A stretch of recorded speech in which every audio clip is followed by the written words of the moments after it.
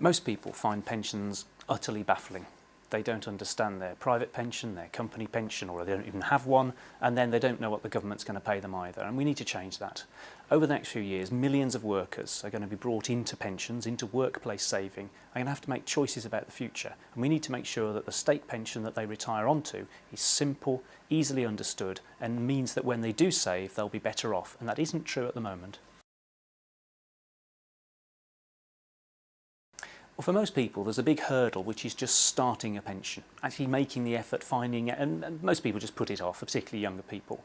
What will happen starting next year, 2012, is that workers, beginning with the biggest firms and working down to the smallest, will be automatically enrolled into workplace pensions. The firm will choose a pension scheme, they'll put the worker into it, the firm will put money in, the employee will put money in, there'll be tax relief going in, and then people will have a choice: do I stay in or do I opt out? And part of the point of the reforms we're talking about today is that if people stay in, if they do save, we want to make sure that they're better off when they retire.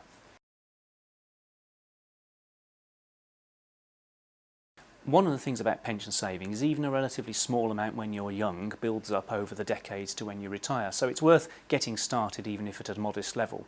And the other thing about tuition fees, for example, is at the moment, as soon as anyone earns £15,000, they have to start paying back their graduate debt. Under the new system, it will be a threshold of £21,000. So all graduates, yes, they will have higher debt overall, but will be paying back more slowly. So month by month, they'll have more disposable income and a bit of cash, therefore, perhaps to save for a pension.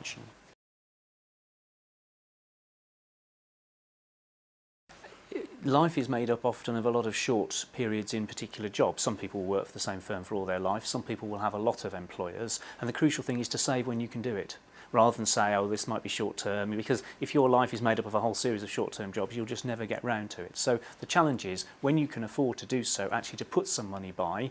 If you have to stop, that's fine, the pension stays there, it goes on growing. The crucial thing is to actually keep the money going in so it builds up over time. Probably the biggest difference is that in a generation ago, many companies ran decent company pension schemes. It was part of being an employer. It's like giving people a company car, you had a pension scheme.